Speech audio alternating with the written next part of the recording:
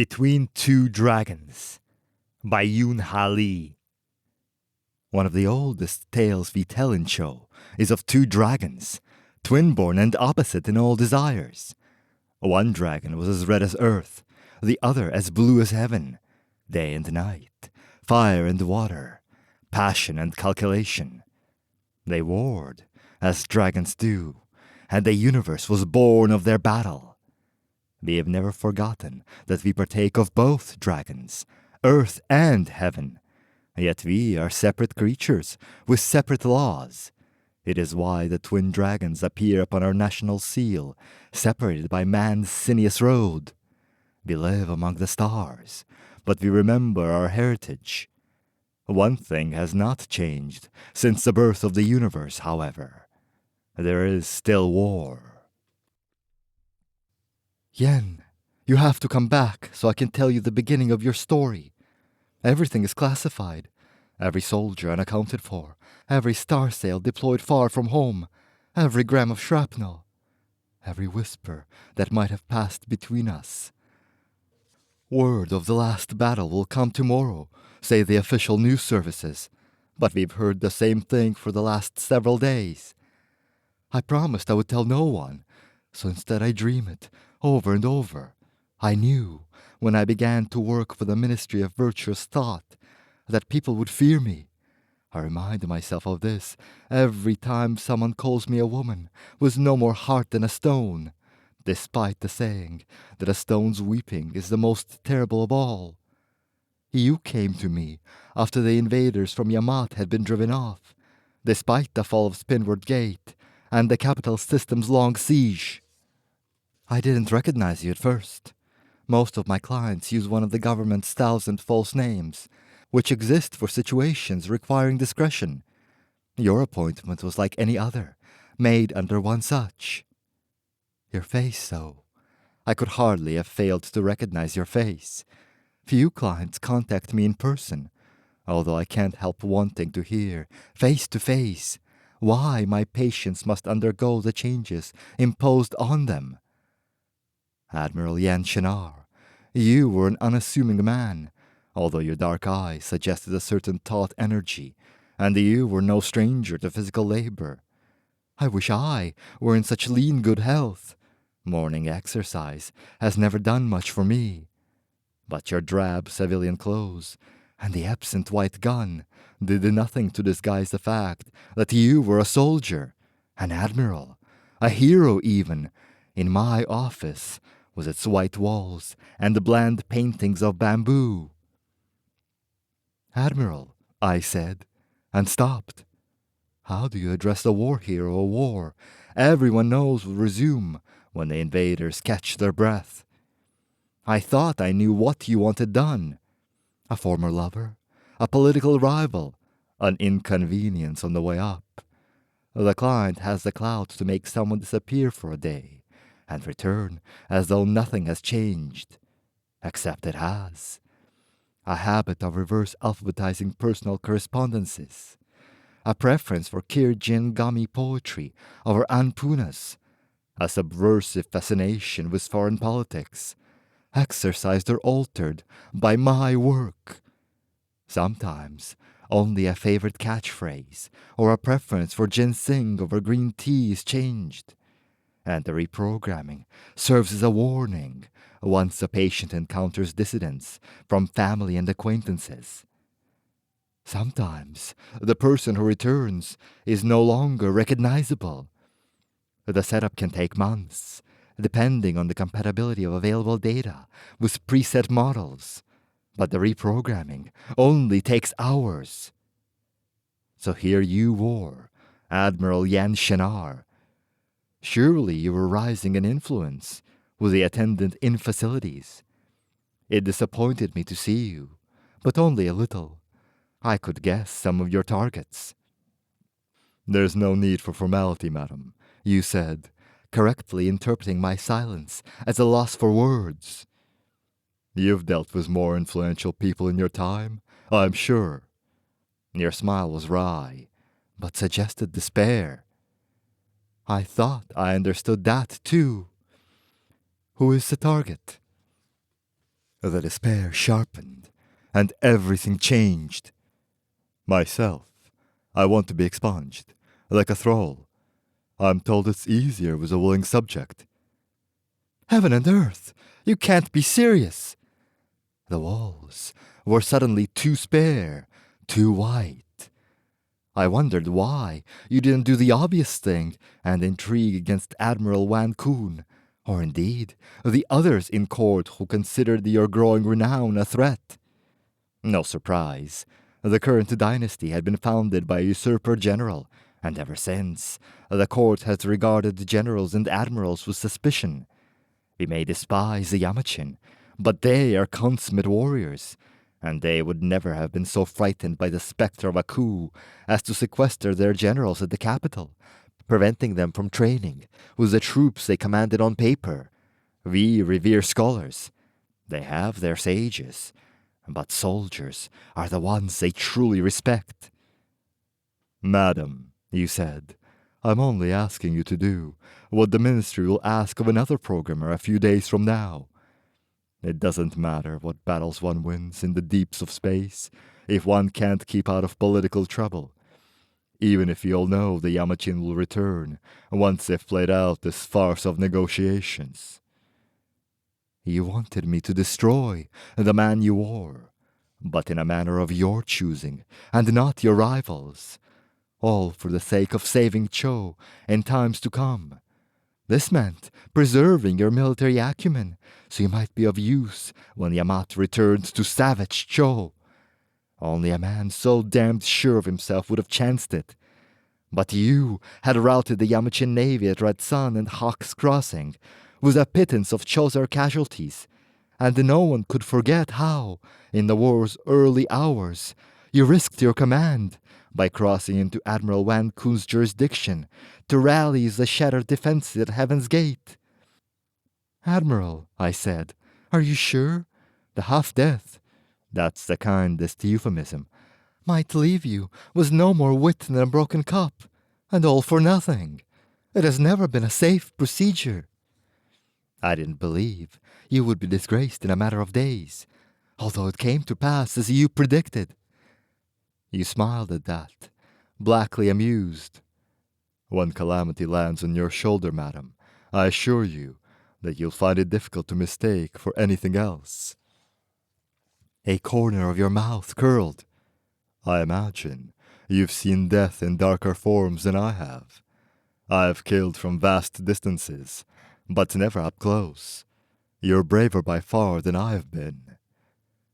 You were wrong about me, Admiral Yen, even if the procedure is easier with a willing patient. Was anyone else, I would have congratulated myself on a task swiftly and elegantly completed. You know the rest of the story. When you tell it to me, I will give you the beginning that I stole from you, even at your bidding. Although others know our nation Cho as the realm between two dragons, vast Fang Hong and warlike Yamat, our national emblem is the tiger, and men like you are tigers among men. Sometimes I think that each night I spin the story to myself, a moment of memory will return to you, as if we were bound together by the chains of a children's fable. I know better. There are villains every direction I look. I am one of them. If you do not return, all that will be left for me is to remember, over and over, how I destroyed the man you should have been, the man you wore. By the time we took him seriously, he was an old man. Sahan, the Chancellor General of Yamat, and its ruler in truth.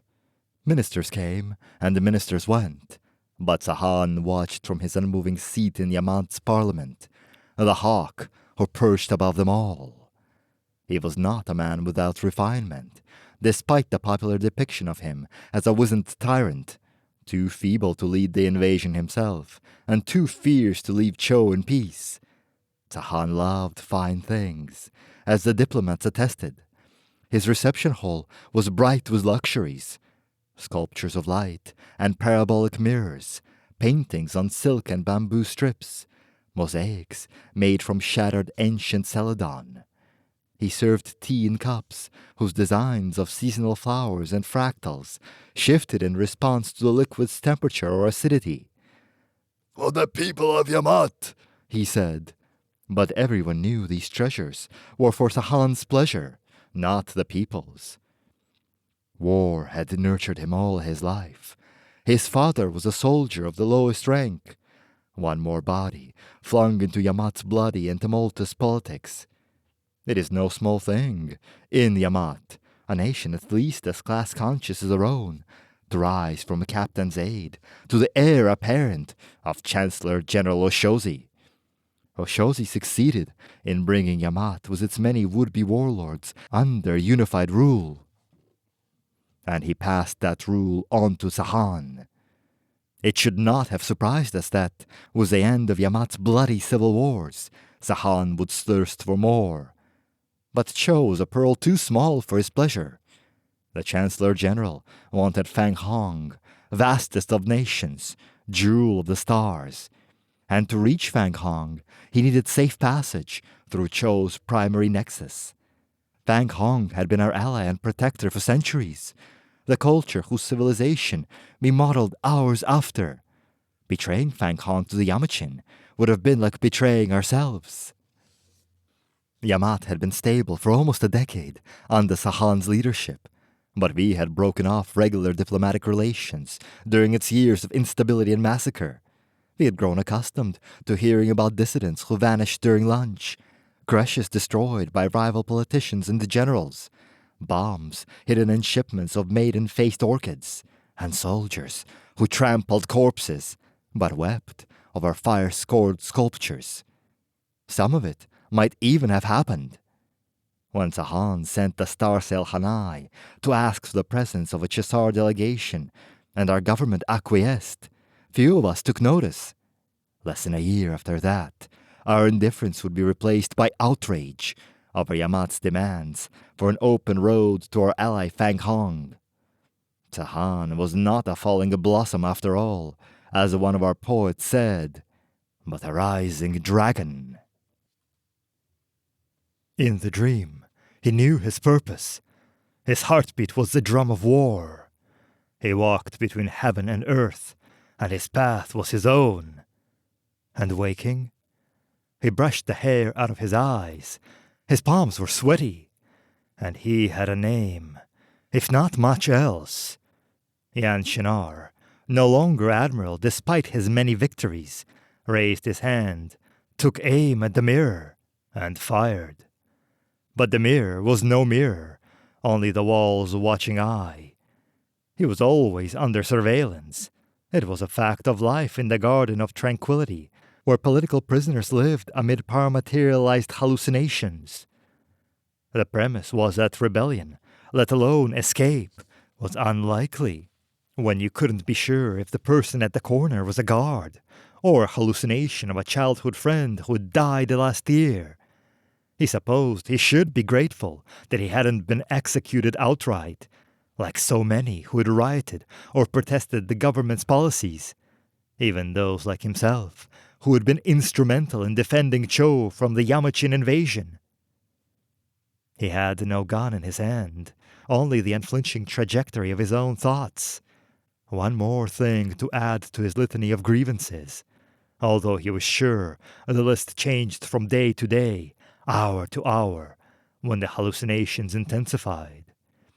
Sourly, he wished he could hallucinate a stylus, or a chisel with which to gouge the walls, whether they were walls or just air. He had never before had such appreciation for the importance of record-keeping. Yan began to jog, trusting the parameters would keep him from smashing into a corner, although such abrupt pain would almost be welcome. Air around him, metal beneath him, he navigated through the labyrinths of overgrown bamboo groves, the wings of unending aches, the spiral blossoms of distant galaxies glimpsed through cracked lattices. At times, he thought the groves might be real. They had imprisoned him behind Yan Shinar's face, handicapped him with Yan Shinar's dreams of stars and shapes moving in the vast darkness. They'd made the mistake of thinking he shared Yan Shinar's thrall-like regard for the government. He was going to escape the garden, if it required him to break each bone to testify its verity, uproot the bamboo, break Cho's government and its foundations. The war began earlier, but what we remember as its inception is Sang Han's death at Heaven's Gate. Even the Yamachin captain who led the advance honored Sang's passing. Heaven's Gate is the uttermost system bordering Yamat, known for the number of people who perished settling its most temperate world, and the star sails lost, exploring its minor but treacherous nexus. The system was held by Commandant Sang Han, while the province as a whole remains under the protection of Admiral Wan Kun's fleet. Wan Kun's, not Yan Shinar's. Perhaps Heaven's Gate was doomed from the start. Although Admiral Wan Kun was inclined to dismiss the reports of Yamachin war sails as alarmist, the commandant knew better. Against protocol, he alerted Admiral Yan Shinar in the neighboring system, which almost saved us.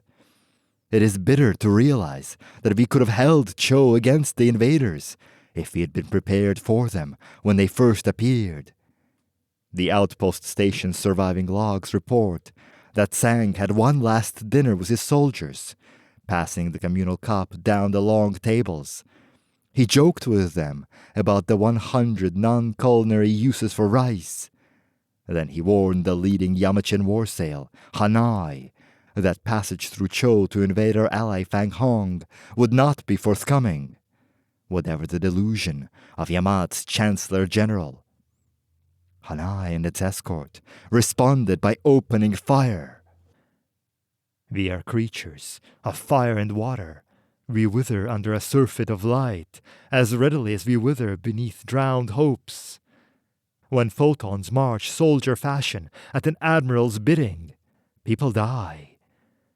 When the Yamachin boarded the battle station serving Heaven's Gate, Sang awaited them. By then, the station was all but shattered, a fruit for the pressing. Sang's eyes were shadowed by sleepless nights, his hair rumpled, his hands unsteady. The Hanei's captain, Seiji Tomo, was the first to board the station. Cho's border stations knew his name.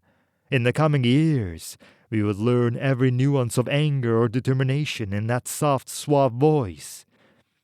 Seiji spoke our language, and in times past he had been greeted as one of us. His Chancellor General had demanded his experience in dealing with Cho, however, and so he arrived as an invader, not a guest. "Commandant," he said to Sang, "I ask you and your soldiers to stand down. There's time yet for war to be averted. Surrender the white gun." Seiji must have been aware of the irony of his words. He knew, as most Yamachin apparently did not, that a Chosar's officer's white gun represented not only his rank, but his loyalty to the nation. Its single shot is intended for suicide in dire straits. "Seiji-kun," the commandant replied, addressing the other man by his Yamachin title. "It was too late when your Chancellor General set his eyes upon Fang Hong. And when our government, faction-torn, failed to heed the diplomat's warning of Tsehan's ambitions." But he would not say that to the Yamachin. "It was too late when you opened fire on the station. I will not stand down." "Commandant," said Seiji, even as his guards trained their rifles on Sang, "please, Heaven's Gate is lost."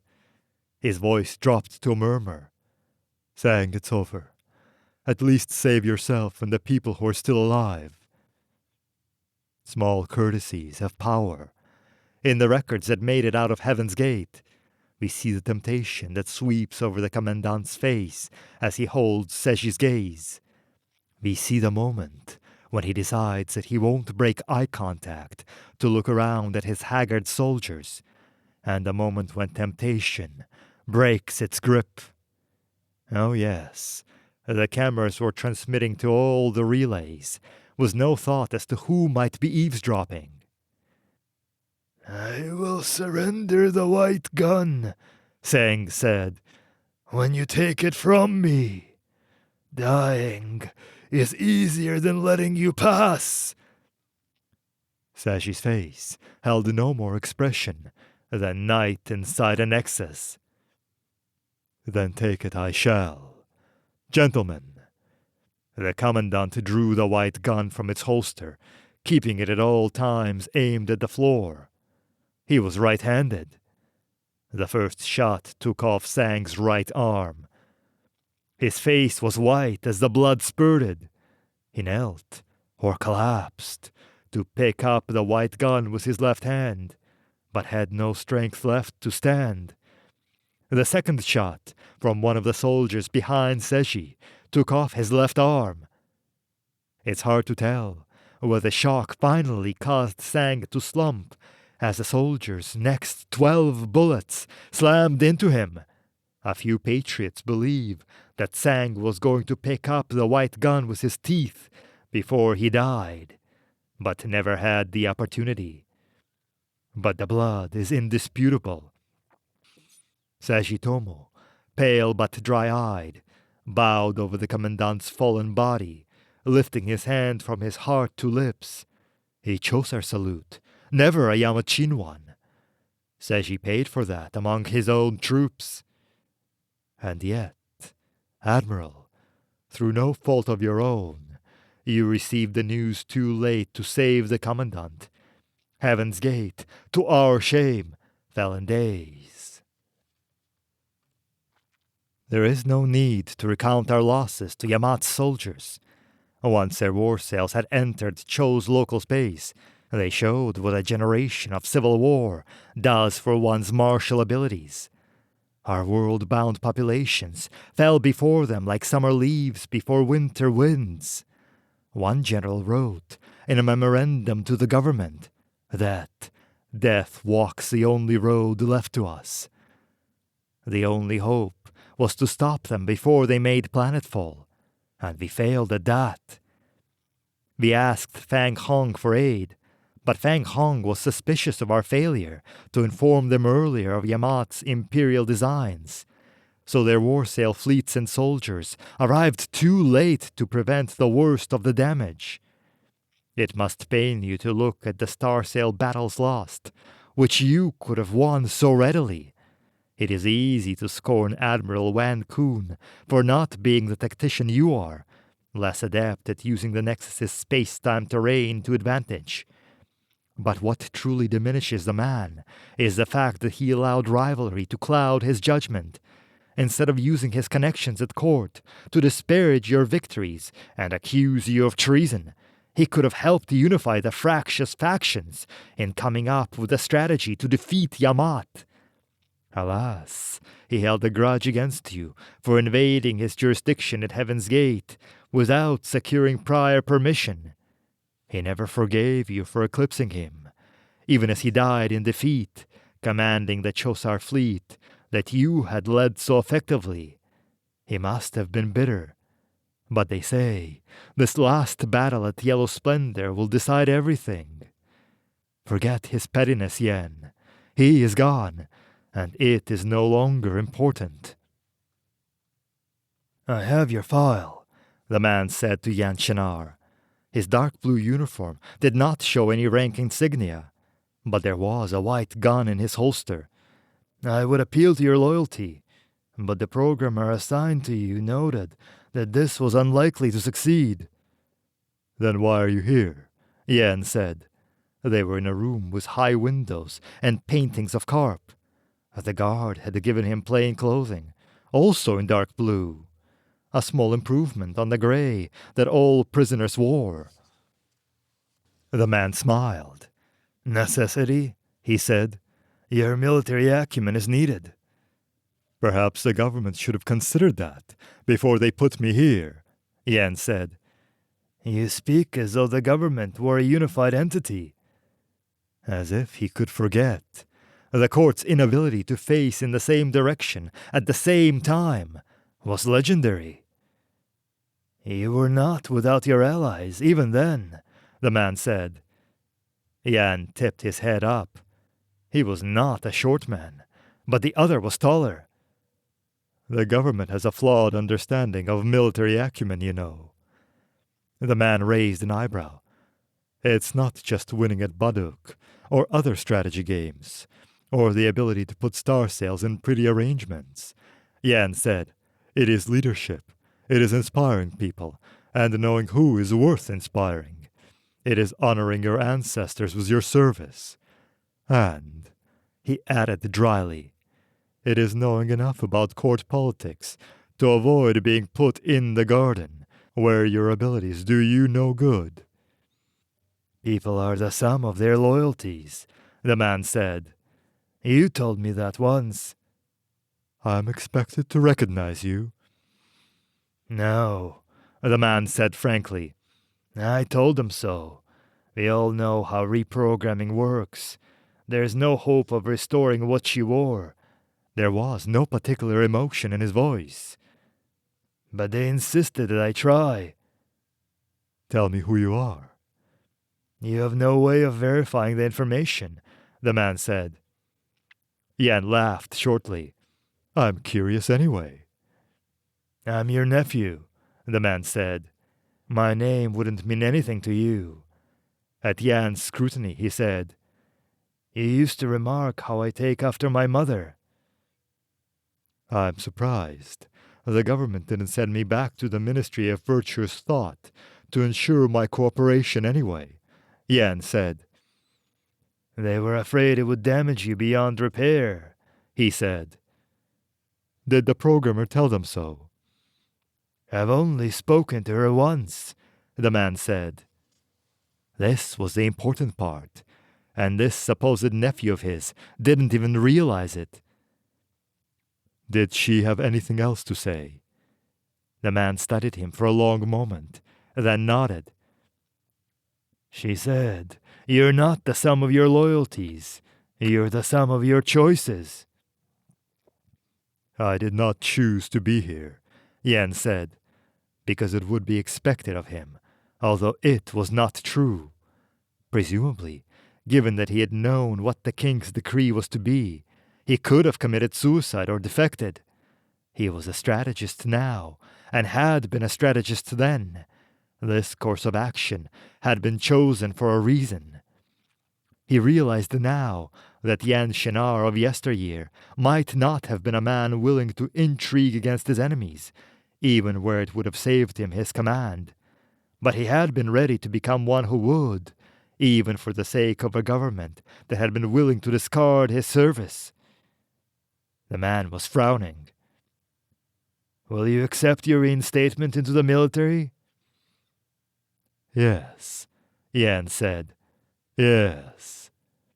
He was a weapon that he had made of himself, in a life he remembered only through shadows and fissures. It was time to test his forging, to ensure that the government would never be in a position to trap him in the garden again. This is the story, the way they are telling it now. I do not know how much of it to believe. Surely it is impossible that you outmatched the Yamachin fleet when it was 5 times the size of your own. Surely it is impossible that over half the Yamachin war sails were destroyed or captured. But the royal historians say it is so. There has been rejoicing in the temporary capital, red banners in every street, fragrant blossoms scattered at every doorway. Children play with star sails of folded paper, pretending to vanquish the Yamachin foe.